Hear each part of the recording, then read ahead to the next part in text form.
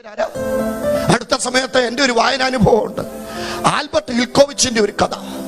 വിശാലമേറിയ ഒരു കടൽ തീരം, അതിനോട് ചേർന്ന് നിൽക്കുന്ന കൂറ്റൻ മല, ആ കൂറ്റൻ മലയിൽ അതിനേക്കാൾ വലിപ്പമുള്ള ഒരു മതിൽക്കെട്ട്, ആ മതിൽക്കെട്ടിനപ്പുറം തുറന്ന ഒരു ജയിലാണ്. ആ ജയിലിൽ ആരെങ്കിലും അകപ്പെട്ടാൽ ഒരിക്കൽ മാത്രമേ പിന്നീട് അവർ പുറത്തിറങ്ങത്തുള്ളൂ. അത് ജീവനോടല്ല, മരിച്ചതിന് ശേഷം. ആരാ ജയിലിൽ മരിച്ചാലും ആ ജയിലിൽ ഒരാചാരമുണ്ട്. ആ ആചാരം ഇതാണ്: ഒരു പ്രായമുള്ള നീഗ്രോ ആദിവാസിയായ ഒരു മനുഷ്യൻ വന്ന് അവർക്ക് വേണ്ടി തയ്യാറാക്കിയ ആ പെട്ടിക്കകത്ത് ഉപചാരപൂർവം അവരുടെ ശരീരം ഇങ്ങനെ നിക്ഷേപിച്ചതിന് അനന്തരം മണ്ണിൽ വെട്ടിയ ആ കുഴിക്കകത്ത് കൊണ്ട് വലിയ ആഘോഷത്തോടുകൂടി അടക്കം ചെയ്യുന്ന ആ ആചാരം. ഒരിക്കൽ അതിനകത്ത് അകപ്പെട്ടത് ആരെയും ഭയമില്ലാത്ത ധൈര്യശാലിയായ മനുഷ്യനാണ്. അയാൾ അവിടെ ചെന്ന് കേട്ടപ്പോൾ ആളുകളെല്ലാം അയാളോട് പറഞ്ഞു, നിങ്ങൾ അകപ്പെട്ടിരിക്കുന്നത് വല്ലാത്ത പ്രതിസന്ധിയിലാണ്, ഇനി ഒരിക്കലും നിങ്ങൾക്ക് പുറത്തിറങ്ങുവാൻ സാധ്യമല്ല. അയാൾ ഭയന്നില്ല. അയാൾ പറഞ്ഞു, ഈ സാഹചര്യത്തെ ഞാൻ അതിജീവിക്കും, ഇതിനപ്പുറം ഞാൻ കടക്കും. അയാള് ആ ജയിലിന്റെ കാലാവസ്ഥ പരിശോധിച്ചു, മനസ്സിലാക്കി ഈ മനുഷ്യന്റെ നേതൃത്വത്തിലാണ് ഇവിടുത്തെ കാര്യങ്ങളെല്ലാം കിടപ്പ്. അതുകൊണ്ട് തന്നെ ആ മനുഷ്യനെ ഒന്ന് സ്വാധീനിക്കുവാൻ ശ്രമിച്ചു. ആദ്യമൊന്നും ഈ ആദിവാസി വശംവദനായില്ല. ഒടുവിൽ ഈ ആദിവാസി ഇദ്ദേഹത്തിന്റെ സ്നേഹിതനായി മാറി. അങ്ങനെ സ്നേഹിതനായി കഴിഞ്ഞപ്പോൾ ആ ചാർട്ട് അയാൾ പ്ലാൻ ചെയ്ത് അയാളെ അറിയിച്ചു, എല്ലാം മുറ പോലെ ചെയ്യണം. അടുത്ത മരണമഴി മുടങ്ങുന്ന രാത്രിയിൽ നിങ്ങൾ ആ പെട്ടി കൊണ്ടുവന്ന് നിൽക്കുന്ന സമയത്ത് ഞാൻ ആ പെട്ടിക്കകത്ത് ആദ്യം കയറി കിടക്കാം. അതിനുശേഷം നിങ്ങൾ ആ നിർജീവമായ ശരീരം പെട്ടിക്കകത്തേക്ക് നിക്ഷേപിക്കണം. എന്നിട്ട് അതുമായിട്ട് എല്ലാം മുറ പോലെ നടത്തി മണ്ണിൽ കുഴിയെടുത്ത് ആ പെട്ടി അടക്കം ചെയ്തു. അതുവരെയും ഞാൻ ശ്വാസം പിടിച്ചു കിടന്നോളാം. എനിക്കതിനുള്ള ആർജവത്വമുണ്ട്, എനിക്കതിനുള്ള ധൈര്യമുണ്ട്. എപ്പം അടക്കം കഴിയുമോ, ആളുകൾ എപ്പം പിരിയുമോ, അപ്പം നിങ്ങൾ മണ്ണ് മാറ്റി എന്നെ പുറത്തെടുത്താൽ മതി. അതുപോലെ തന്നെ കാര്യങ്ങൾ നടന്നു. അടുത്ത മരണമണി മുഴങ്ങിയ രാത്രി പെട്ടിക്കകത്ത് ഇദ്ദേഹം കയറിക്കിടന്നു. മൃതശരീരം തൊട്ടുപുറകെ നിക്ഷേപിക്കപ്പെട്ടു. വിറങ്ങലിച്ച മൃതശരീരത്തെ ചേർന്ന് ഒരുമിക്കിടന്ന് ആ വിലാപയാത്ര അവസാനം പെട്ടിയുമായി കുഴിമാടത്തിൽ മണ്ണ് മൂടപ്പെടുകയാണ്. അവിടെയെല്ലാം ധൈര്യം സംഭരിച്ച് ശ്വാസം പിടിച്ച മനുഷ്യൻ കിടക്കുകയാണ്. ഒടുവിൽ ചില മിനിറ്റുകൾ കഴിഞ്ഞു ശ്വാസം മുട്ടുന്നു. അയാളോട് തന്നെ ചോദിക്കുന്നു, ഇതെന്നാ സുഹൃത്തു വരാത്തത്? സുഹൃത്തന്നാ വരാത്തത്? സുഹൃത്തു വരുന്നില്ല. സുഹൃത്തു വരാത്തത് എന്താണെന്നറിയാനായിട്ട് കണ്ണു തുറന്ന് നോക്കിയപ്പോൾ കണ്ടുപോലും തന്നോട് പറഞ്ഞൊത്തില്ലേ രക്ഷിക്കാമെന്ന് അയാളുടെ ശരീരത്തിൽ അയാൾ കെട്ടിപ്പിടിച്ച് കിടക്കുന്നത്. അപ്പൊ മനുഷ്യന്റെ കണക്കൂട്ടലുകളെല്ലാം തെറ്റുന്ന ഒരു ലോകം. ഭയക്കാത്ത മനുഷ്യരാരുണ്ട് ലോകത്തിൽ? ഒരു പഴയ പ്രവൃത്തി ഒരുപക്ഷെ നിങ്ങൾ എല്ലാവരും ഓർക്കാറുണ്ട്. കാട്ടിപ്പോകാൻ കൂട്ടിപ്പോകാൻ കാട്ടാനെ കണ്ടാ പേടിയുണ്ടോ? പേടിയില്ലെന്നും പറഞ്ഞിരിക്കുമ്പോഴാ പെട്ടെന്ന് കണ്ണിലോട്ടൊരു ഊതം. അയ്യോ, പെട്ടെന്ന് കണ്ണിമ ചിമ്മി. പേടിച്ചു. ആരാ പേടിക്കാത്തത്? പേടിക്കാത്ത ഏത് മനുഷ്യരാ? പത്രോസിനെയൊക്കെ വെറുതെ ഓർത്തു പോവുക. തീ കായികുന്ന ആ സന്ധ്യ ആകപ്പാടെ പേടിപ്പിക്കുക. ആ സ്ത്രീ നിന്ന് പിന്നെ നീയും ആ കൂട്ടത്തിലല്ലെന്ന് ചോദിക്കുമ്പോ വല്ലാതെ കണ്ണിമ ചിമ്മുന്നത് കാണാൻ ഒരു രസം. ഈ മനുഷ്യന്റെ കണ്ണിമ ചിമ്മുന്നത് കണ്ടോണ്ട് വീണ്ടും വീണ്ടും വീണ്ടും അവളിങ്ങനെ കണ്ണിലോട്ട് ഊതുക. ഭയക്കാത്ത മനുഷ്യരാരാ പ്രിയപ്പെട്ടവരെ? ഭയത്തിന് 3 വശങ്ങളുണ്ട്. മോശയോട് ചോദിച്ചു, ഭയത്തിന്റെ വശങ്ങൾ എന്തൊക്കെയാ? അന്നേരം മോശ പറയും, ഒന്ന് ഫിയർ അബൌട്ട് പാസ്റ്റ്, ഇന്നലകളെ കുറിച്ചുള്ള ഭയം. എനിക്ക് ചിലതിലേക്ക് മടങ്ങി വരാൻ കഴിയാത്തതിന്റെ കാരണം, എനിക്ക് ചിലതിലേക്ക് മടങ്ങിപ്പോകാൻ പറ്റാത്തതിന്റെ കാരണം ഇന്നലെയെ കുറിച്ച് എനിക്ക് വല്ലാത്ത ഭയവാ. ഞാൻ കൊന്നവർ, അത് കണ്ടവർ, അത് എന്നെ കൊല്ലാൻ നിൽക്കുന്നവർ, ഇന്നലെ സംഭവിച്ച ചില ദാരുണമായ സാഹചര്യങ്ങളുടെ പേരിൽ വല്ലാതെ കണ്ണിമ ചിമ്മുന്നവർ. പക്ഷേ ഇന്നലകളെ ഭയക്കുന്ന ഒരുവനോട് ദൈവത്തിന് പറയാനുണ്ട്, ഇന്നലകളെ പേടിക്കണ്ട, ഇന്ന് ഞാൻ നിന്നെ പുതിയതൊന്നാക്കി മാറ്റാൻ പോവുക. എത്ര പേർക്ക് ഇന്ന് രാത്രി ഇത് മനസ്സിലാക്കാൻ പറ്റുമെന്ന് എനിക്കറിയത്തില്ല. പക്ഷെ ഞാൻ എൻ്റെ അനുഭവം പറയുന്നത്. ഇവിടെ ഇരിക്കുന്ന മക്കളൊക്കെ കേൾക്കണം. എൻ്റെ വീട്ടിലെ മൂത്ത മോനായിട്ടാണ് ഞാൻ ജനിച്ചത്. എനിക്ക് 1.5 വയസ്സുള്ള സമയത്ത് റാന്നിയിലെ 2 ആശുപത്രിയിലെ ഡോക്ടർമാർ ഡോക്ടർമാർ ഒരു പ്രത്യേക രോഗനിമിത്തം എന്നെ കുറിച്ച് എന്റെ മാതാപിതാക്കളോട് പറഞ്ഞു, ഈ കുഞ്ഞ് ജീവിക്കത്തില്ല, ജീവിച്ചാലും ഇത് മന്ദബുദ്ധിയാകും, അവരുടെ മൂത്ത മകൻ മന്ദബുദ്ധിയാകുമെന്നുള്ള തിരിച്ചറിവാണ് എന്റെ മാതാപിതാക്കളെ ദൈവസന്നിധിയിൽ മുട്ടുകുത്താൻ പ്രേരിപ്പിച്ചത്. അങ്ങനെ മുട്ടുകുത്തി ആ ദിവസത്തിൽ ഒരു സൗഖ്യം എന്റെ മേൽ ദൈവം പകർന്നു. പക്ഷെ 10 വയസ്സ് വരെ എന്റെ ജീവിതം എന്ന് പറയുന്നത് ഒരുമാതിരി മന്ദബുദ്ധിയെപ്പോലുള്ള ജീവിതം. ഇന്ന് രാത്രി ഇവരിവിടെ കയറി നിന്ന് ലോഡ്സന്റെ കൂടെ ഒക്കെ പാടുമ്പോൾ ഞാൻ എന്റെ പൂർവ്വകാലം ഓർക്കുക.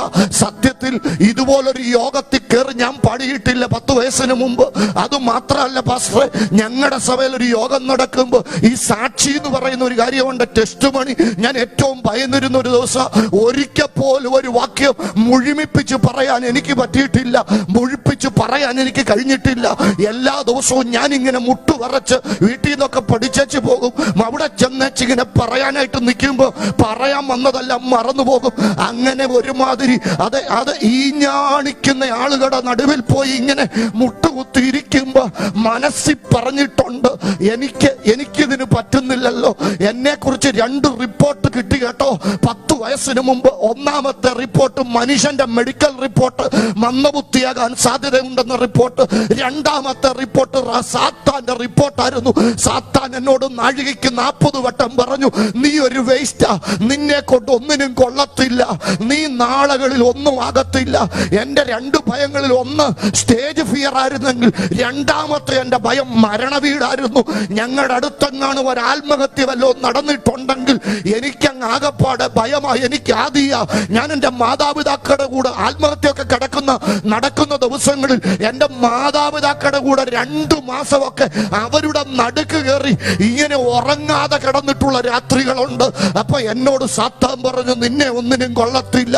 എപ്പോഴോ ഉണ്ടായ ചില ഭയങ്ങൾ നിമിത്തം വല്ലാതെ അന്താളിച്ചിരിക്കുന്ന ഒരു ദിവസത്തിൽ ഇതുപോലൊരു യോഗത്തിൽ വെച്ച് എന്നെ തൊട്ടച്ച് പരിശുദ്ധാത്മാവ് പറഞ്ഞു, ദ്വീപുകൾ നിന്റെ ശബ്ദത്തിന് കാത്തിരിക്കുകയാന്ന്. അന്ന് എന്റെ ചരിത്രം മാറിയതാ. അന്ന് മുതൽ എന്റെ ചരിത്രത്തെ ദൈവം മാറ്റി. ഇന്ന് രാത്രിക്കാലം ഇന്നലകളെ ഭയന്നിരിക്കുന്ന ചിലരോട് പരിശുദ്ധാത്മാവ് പറയുകയാ, ഇന്നലകളെ പേടിച്ചിരിക്കുന്ന നിന്നെ നാളുകളിൽ ലോകമറിയുന്ന ഒരു ലീഡറാക്കി മാറ്റാൻ എന്റെ ദൈവത്തിന് പദ്ധതി ഉണ്ടെന്ന് വിശ്വസിക്കുന്നവർ ഇതിനകത്ത് ഇരിപ്പുണ്ടെങ്കിൽ ആ കരമുയർത്ത് ദൈവത്തെ സ്തുതിച്ചോ. ഇന്നലകളെ പേടിച്ചിരുന്നവനെ ദൈവം പറഞ്ഞു, ഇന്ന് ഞാൻ നിന്നെ നിർത്താൻ പോവുക. ആരുടെ മുമ്പിലാണ് നിർത്താൻ പോകുന്നത്? 3 പേരുടെ മുമ്പിലല്ല, 30 പേരുടെ മുമ്പിലല്ല, 300 പേരുടെ മുമ്പിലല്ല, 3000 പേരുടെ മുമ്പിലല്ല, 30 ലക്ഷം പേരുടെ മുമ്പിലല്ല, 3 ലക്ഷം പേരുടെ മുമ്പിലല്ല. ദൈവദാസന്മാരൊക്കെ പറയും 30 ലക്ഷം പേരുടെ മുമ്പിൽ. അപ്പൊ ഇന്നലകളെ പേടിച്ചിരിക്കുന്ന നിന്നെ ഇന്ന് ദൈവം ഉപയോഗിക്കാൻ പോകുക. എങ്ങനെ ഉപയോഗിക്കും? ഉറക്കെ പറ. അസാധാരണമായ തലത്തിൽ ഉപയോഗിക്കും. എത്ര പേര് രാത്രി വിശ്വസിക്കുന്നുണ്ട്? ചിലർക്ക് ഇത് വേണ്ടാന്ന് തോന്നുന്നു. വേണ്ടാത്തവരൊക്കെ ഇങ്ങ് തന്നേക്ക്, ഞങ്ങൾ സ്വീകരിച്ചോളാം. വേണ്ടിയവർ ഏറ്റെടുക്ക്. ഇന്ന് രാത്രി പരിശുദ്ധാത്മാവ് ശക്തമായിട്ട് പറയുക, നിന്റെ ഇന്നലെയുടെ ഭയത്തെ ദൈവം പൊട്ടിക്കാൻ പോകുക. ഓ ശകന രകൽക്കടകശി, ഇന്നലെ സംഭവിച്ച ചിലതിന്റെ പേരിൽ വല്ലാതെ ഭയന്നിരിക്കുന്ന ചിലരോട് സ്വർഗം പറയുക, നിനക്ക് വേണ്ടി ദൈവം ഒരു അത്ഭുതം നിശ്ചയിച്ചിട്ടുണ്ട്. മോശയുടെ ഭയം ഇന്നലെ ഭയന്നിരിക്കുന്ന മോശയോട് ദൈവം പറയുക, നീ പേടിക്കേണ്ട, നിന്നെ ഞാൻ ദൈവത്തിന് സ്തോത്രം ഒരു പ്രത്യേക തലത്തിൽ ഉപയോഗിക്കാൻ പോവുക.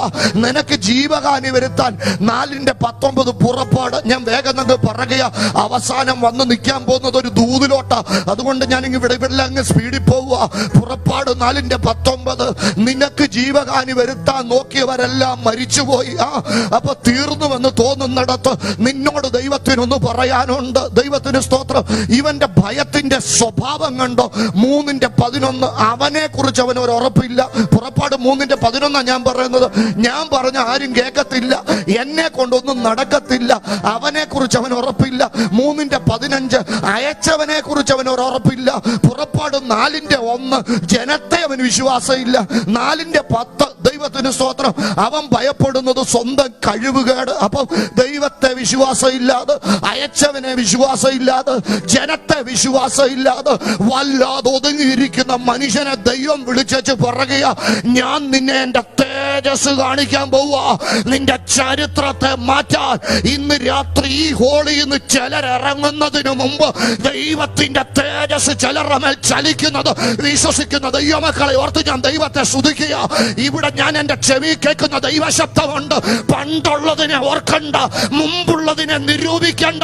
പക്ഷേ പുതിയതൊന്ന് ദൈവം ഇന്ന് രാത്രി ചെയ്യാൻ പോവാ. ശകാരക യഹോവയുടെ മഹത്വമുള്ള ഭുജം മോശയുടെ വലങ്കൈ ചെന്നതുപോലെ ഇന്ന് രാത്രിക്കാല ഇന്നലകളെ ഭയന്നിരിക്കുന്ന നിന്റെ മേൽ അഭിഷേകത്തിന്റെ ഒരധികാരത്തെ ദൈവം പകരുന്നത്. മോശയുടെ ഭയം ഇന്നലെ കുറിച്ചാണെങ്കിൽ രണ്ടാമത്തെ ഭയം അടാറതാ, അത് ഏലിയാവിൻ്റെതാ. എന്താ? Fear about the present situation. എന്തായാലും അവന്റെ ഭയത്തിന്റെ കാരണം 1 രാജ 19:4 വിതിൻ 24 hours അവന് മണിക്കൂറുകൾ കൽപ്പിക്കപ്പെട്ടിരിക്കുക. 24 മണിക്കൂറിനകത്ത്, ഇത്ര ദിവസത്തിനകം, ഇത്ര മണിക്കൂറിനകം, ഇത്ര മാസത്തിനകം ആ ക്യാൻസർ നിന്നോട് പറയാ. ഇത്ര മാസത്തിനകം, ദൈവത്തിന്റെ സ്തോത്രം, 4th സ്റ്റേജിലുള്ള ആ പ്രതിസന്ധി നിന്നോട് പറയാ. ഇന്ന് രാത്രി ചില പ്രതിസന്ധിയുടെ ചീട്ടുകളെ സ്വർഗം കീറിക്കളയുന്നത് എത്ര പേര് വിശ്വസിക്കുന്നുണ്ട്? ജുഡാ, ഞാൻ ഇന്ന് രാത്രി കണ്ടോണ്ടാ പ്രസംഗിക്കുന്നത് കേട്ടോ. പരിശുദ്ധാത്മാവ് ഇന്ന് രാത്രി ചില മെഡിക്കൽ റിപ്പോർട്ടുകളെ ഇവിടെ കീറിക്കളയുന്നത് വിശ്വസിക്കുന്ന എത്ര ദൈവമക്കൾ ഇതിനകത്തിരിപ്പുണ്ട്. അർഗാനബല, എന്റെ പൊന്നു ബ്രദറെ, എന്ന് ചുമ്മാതിരിക്കരുത്. ഈ രാത്രി പരിശുദ്ധാത്മാവുമായിട്ട് കണക്ട് ആയിട്ടിരിക്കുക. ഈ യോഗം തീരുന്നതിന് മുമ്പ് കത്തിയില്ലാത്ത ചില ശസ്ത്രക്രിയകൾ ദൈവം ചെയ്യാൻ പോവുക. കൈ തൊടാത്ത ചില അത്ഭുതങ്ങൾ ദൈവം ചെയ്യാൻ പോവുക. ഏകനായി മഹാത്ഭുതത്തെ ചെയ്ത ദൈവം